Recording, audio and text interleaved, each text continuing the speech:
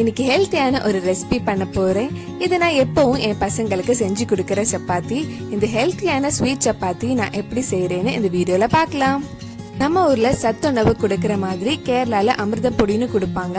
இதுல கோதுமை, நிலக்கடலை, கடலைப்பருப்பு, சோயா எல்லாம் சேர்ந்துருக்கு. நான் 1 கப் கோதுமை எடுத்திருக்கேன். இதுல 1.5 கப் இந்த அமிர்தம் பொடியும் ஆட் பண்ணலாம். இனிப்புக்காக கொஞ்சம் சர்க்கரையை உருக்க போறேன். உங்க இனிப்புக்கு ஏத்த மாதிரி சர்க்கரையை எடுத்துக்கோங்க.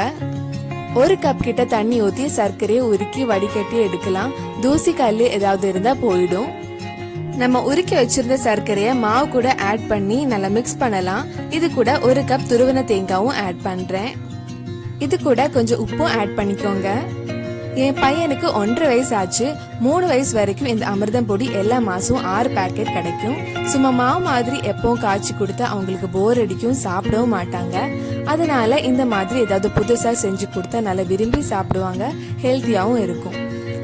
இந்த சத்து மாவு வச்சு சப்பாத்தி, தோசை, உருண்டை பிடிச்சி கொடுப்பேன். இல்லைன்னா கேக் கூட பண்ணுவேன். சத்து மாவு யூஸ் பண்ணி கேக் எப்படி பண்றதுன்னு நான் இன்னொரு வீடியோல காமிக்கிறேன். இதுக்கு சப்பாத்தி மாவு கன்சிஸ்டன்சில இருக்க கூடாது. கொஞ்சம் எக்ஸ்ட்ரா தண்ணி ஊத்தி மாவு கொஞ்சம் லூஸா தான் இருக்கணும். மாவு ரெடி ஆயிடுச்சு. இனி சப்பாத்தி செய்யலாம். ஒரு தோசை கல்ல கொஞ்சம் எண்ணெய் இல்லைன்னா நெய் ஊத்தி கொஞ்சம் சுத்தி விட்டுக்கோங்க. நம்ம யூஸ்வலா சப்பாத்தி பண்ற மாதிரி மாவு பரத்த வேண்டாம். ரெடி பண்ணி வச்சிருக்க மாவை கொஞ்சம் கையில எடுத்து உருண்டை பிடிச்சி தோசை கல்ல மெதுவா பரத்தி எடுத்துக்கோங்க. கை எதுவும் சுடாது, ஆனாலும் கேர்ஃபுல்லா பண்ணுங்க. மாவு கையில ஒட்டாம இருக்க தண்ணியில கை முக்கிக்கோங்க. இந்த சப்பாத்தி சீக்கிரம் ட்ரை ஆகாம இருக்க கொஞ்சம் எக்ஸ்ட்ரா நெய் இல்லைன்னா எண்ணெயை சுத்தி விட்டுக்கோங்க. மாவு ரொம்ப சாஃப்டா இருக்கும். அதனால ஒரு சைடு வெந்ததும் மெதுவா திருப்பி போடலாம். இது இப்படி பண்ணாம இன்னும் கொஞ்சம் தண்ணி ஊத்தி தோசை மாதிரி சுட்டு எடுக்கலாம். ஆனா என் பசங்களுக்கு தோசையை விட இந்த மாதிரி பண்ற சப்பாத்தி தான் பிடிக்கும்.